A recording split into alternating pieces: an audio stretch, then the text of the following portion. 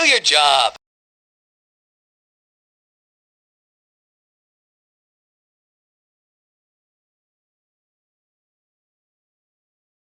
Okay, I lived in Palm Desert, California, and I was working. I was a bartender at a place called Cecil's. It was a straight bar. It was. Now it isn't anymore, but it was at the time. Apparently they changed it, but so I had no idea. But anyways, so after work, my buddies and I were going to go down to Palm Springs on the Strip. It was like spring break, and it was crazy down there. This is like 86, 87, 88. And anyways, so the police have the road blocked, and all of a sudden you had to take a right. And this guy went straight, and he sideswiped my truck.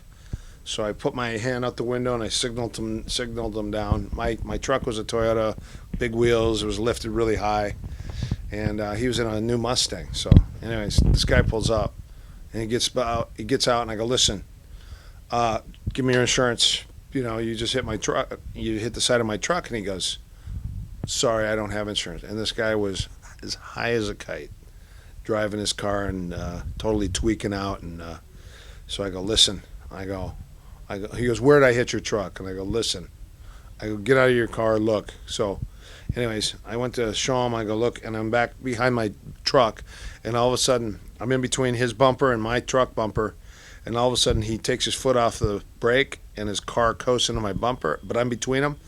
So all of a sudden I go, oh crap. So I jump up in the air, and my legs get wedged between both bumpers.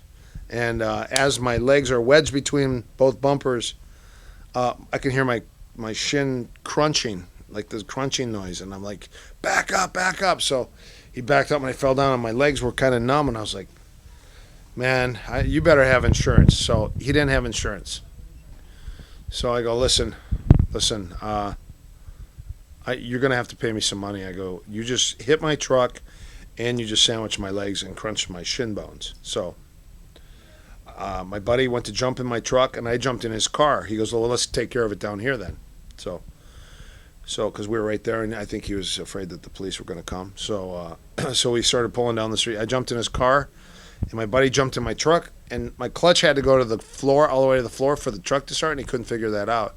Next thing you know, we're going 100 miles an hour down the back streets as fast as he can. He goes, listen, he goes, I know what you guys are going to do. You're going to try to kick my ass. And I said, listen, you hit my truck. You sandwiched my legs. I can barely feel my legs right now. I said, you gotta make up for it somehow.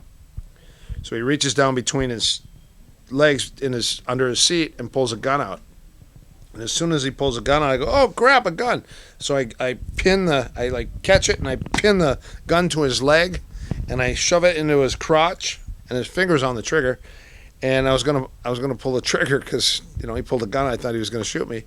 And I'm sitting there, and all I could think of is going to jail. I mean, I was, 21, 22 years old, 170-pound, blonde hair, blue-eyed gymnast in jail. With Bubba as my roommate, and that's all I could figure. And I was like, pull over right now. So he pulled over. I grabbed his gun. I popped the clip out. I whipped the gun one way. I whipped the clip the other way. And I said, you got to give me some money. So he pulled out $300, and I go, I'll take it. And I just grabbed his money. I go, that's it. My buddy finally comes up. He's like, what's going on? And he goes, you okay? And my pupils were like this big because I was so scared that I was going to get shot. And I also had a vision of getting ass raped by Bubba in my jail cell.